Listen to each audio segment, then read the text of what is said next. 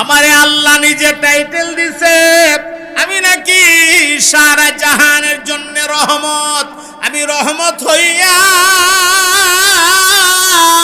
আমি কেমনে তাদের জন্য বদদুয়া দেব? না না, আমি বদদুয়া দিতে পারবো না। ওরা বুঝতে পারে নাই, আমারে ওরা চিনতে পারে নাই। ওরা যদি বুঝতো, আমারে চিনতে পারতো, তাহলে কোনোদিন এইভাবে আমি নবীরে তারা কষ্ট দিত না।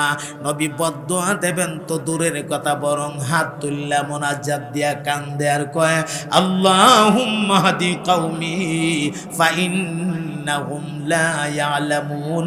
আল্লাহ, আমার কওমের লোকেরা বুঝে না, জানে না, আমারে চিনে না। আল্লাহ গো, যেই কারণে তারা আমার সঙ্গে এই আচরণ করতেছে, আল্লাহ তাদেরকে আপনি বিচার কইরেন না, আপনি তারারে হেদায়েত দান করেন, হেদায়েত দান করেন। নবী কিন্তু প্রতিশোধের দোয়া করে নাই, হেদায়েতের দোয়া করে দিয়েছে। আমার ভাই, যেই তিনটা জায়গাতে নবী বেহুশ হয়ে পড়ে গিয়েছিল, এই তিনটা জায়গাতে আল্লাহ রাব্বুল আলামিন আল্লাহর তিনটা ঘর মসজিদ আল্লাহ কবুল করেছে। আজ পর্যন্ত তায়েফের জমিনে এই তিন জায়গায় তিনটা মসজিদ আছে। যদি কোনোদিন সফরে যান, আল্লাহ কিসমতে দে মসজিদগুলোতে যাবেন, পারলে 2 রাকাত নামাজ পড়া আল্লাহর কাছে একটু কান্নাকাটি কইরা বলবেন, আল্লাহ এই জায়গাটার মধ্যে তোমার নবী তার শরীরের রক্ত জড়ায়া ছিল। আমার মুহতারাম ভাইয়ারা, এখন তায়েফে তো নবী ঢুকতে পারলেন না, আল্লাহর হাবিব ফিরে চলে আসতেছেন। আমার ভাই, একটা রাখাল বকরি চড়াইতে আছে। এমত অবস্থায় রাখাল যে বকরি চড়ায়, রাখালের কাছে গিয়ে আবেদন করা হলো, ওরে রাখাল, নবীর জন্য একটু দুধের ব্যবস্থা কি করা যাবে? রাখাল ডাক দিয়ে কয়, সবগুলি ছোট ছোট বকরি, এগুলোর থেকে দুধ কেমনে আসবে? এমনি প্রস্তাব পেশ করা হয়েছে। রাহমাতুল্লিল আলামিন দুধ চাইছে, আল্লাহ দুধের ফায়সালা করে দিবে। বলার সাথে সাথে একটা বকরির বান দুধে ভৈরা ভরপুর হয়ে গেছে, আর নিচে বর্তন ধরার সাথে সাথে আপনি আপনি কলকলায়া দুধ তনের ভেতর থেকে বর্তনের মধ্যে পড়া শুরু হয়েছে। রাখাল মানুষটা ডাক দিয়া কয়, তায়েফের লোকেরা নবীরে চিনতে পারলো না গো। নবী বেজার হয়ে বিমুখ হয়ে ফেরত চলে যাইতেছে। অন্তত পক্ষে একটা মানুষ মুসলমান হলে নবীর কলিজায় কিছুটা শান্তি পাবে। অতএব আমি রাখাল যেই মুজিজা দেখেছি, আমার ইয়াকিন হয়ে গেছে তিনি দুনিয়ার সাধারণ কোনো মানুষ না, অবশ্যই তিনি আল্লাহর রাসূল। সাথে সাথে ওই রাখাল মানুষটা আমার নবী পাকের কাছে কালিমা পড়ে মুসলমান হয়ে গেছে। আমার মুহতারাম ভাইরা, এজন্য রাসূল পাকের আখলাক দেখেন। রাসূল তো ইচ্ছা করলে প্রতিশোধ নিতে পারতেন। আল্লাহকে যদি বলতেন, আল্লাহ আপনি তাদের বদলা আমি চাই, আপনি তাদের উপরে আযাব দিয়ে দেন, আল্লাহ তো আযাব দিয়ে দিত। কিন্তু রাসূল পাক বদলা নিতে চান নাই, রাসূল পাক প্রতিশোধ নিতে চান নাই। আমরা তো প্রতিশোধ নিতে আমরা প্রতিশোধ নিতে চাই না? ঘুষি যদি একটা দে, পারলে আমরা 2টা দেই। ঘুষি যদি 2টা দে, শক্তি থাকলে 4টা দেই। ঘুষি যদি 4টা দে, শক্তি থাকলে 10টা দেই। লাঠি দিয়া যদি একটা দৌড়ানি দে, পারলে লাঠি দিয়া 10টা বাড়ি দেই। একজন মানুষ যদি দৈরালা হেরে, 10 জন হেদিক থেকে দৈরালা পুরা গুষ্টি দে। কথা কয় না কেরে? এভাবেই তো লাগে তো এইভাবেই। প্রথম তো একটাই লাগে, হেরে দৌড়, হেরা হইন না কয়, হেরে দৌড় কয়ে লইছে, সাহসটা কি রে? 10-15 জন যাচ্ছেন, গিয়া ডাকটা ক লাইমা, তো এরারও শৈলের রক্ত গরমে জাগা, ক্যাডারে ডাকে লামছেন রে, শুরু হয়ে গেছে এরকম ঝগড়া। প্রতিশোধ আমাদের সমাজে আছেনি না নাই? অভাব নাই। ভাইরে, আপনি যদি আখির জমানার নবীর উম্মত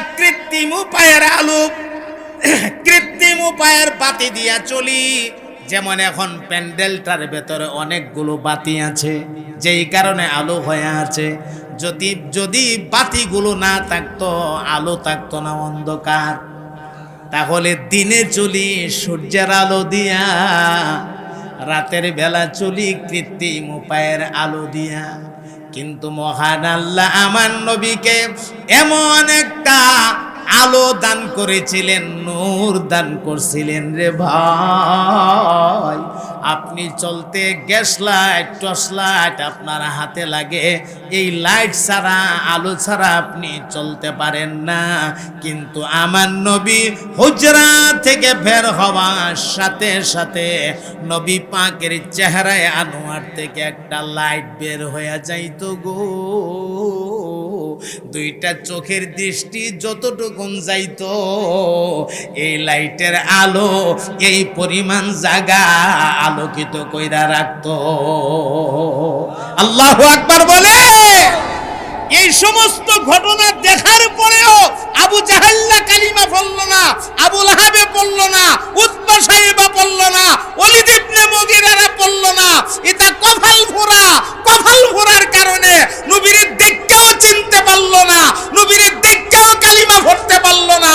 কপাল ফোড়ার জাত, এই কপাল ফোড়ার বংশধর বর্তমান দুনিয়াতেও কিছু আছে না নাই? আরো জোরে বলেন আছে না নাই? অভাব নাই। আমার সম্মানিত ভাইরা, একদিন আরেকটা ছোট্ট ওয়াজ করে এলাম 1 মিনিটে। একদিন আমার নবী নাতি দুইজন লইয়া গল্প করে। দুই নাতিরে চিনছেন তো? হাসান এবং হুসাইন রাদিয়াল্লাহু তাআলা আনহুমা। দুই নাতিরে লইয়া নবী গল্প করে। এটা আমরার দেশের নানা নাতির গল্পের মতো না। আমরার দেশের নাতি নানারে কো নানা সহ ঘুমায় না, একটা কিচ্ছা শোনাও। তো নানা কয়েকটা ঠিক আছে কিচ্ছা শুন। এমনি শুরু করছে কিচ্ছা। বলে কিতা? এক দেশে এক রাজা ছিল। এক দেশটা কোন দেশ? এই দেশটা কোন দেশ? এক দেশে।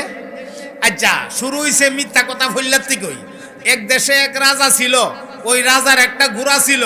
ঘোড়াটার 11টা ঠ্যাং ছিল, 13টা লেজ ছিল। এমনি নাতি ওইটা ডাক দিয়ে কো নানা এটা কেমন ঘোড়া গো, যে ঘোড়ার 11টা ঠ্যাং 13টা লেজ?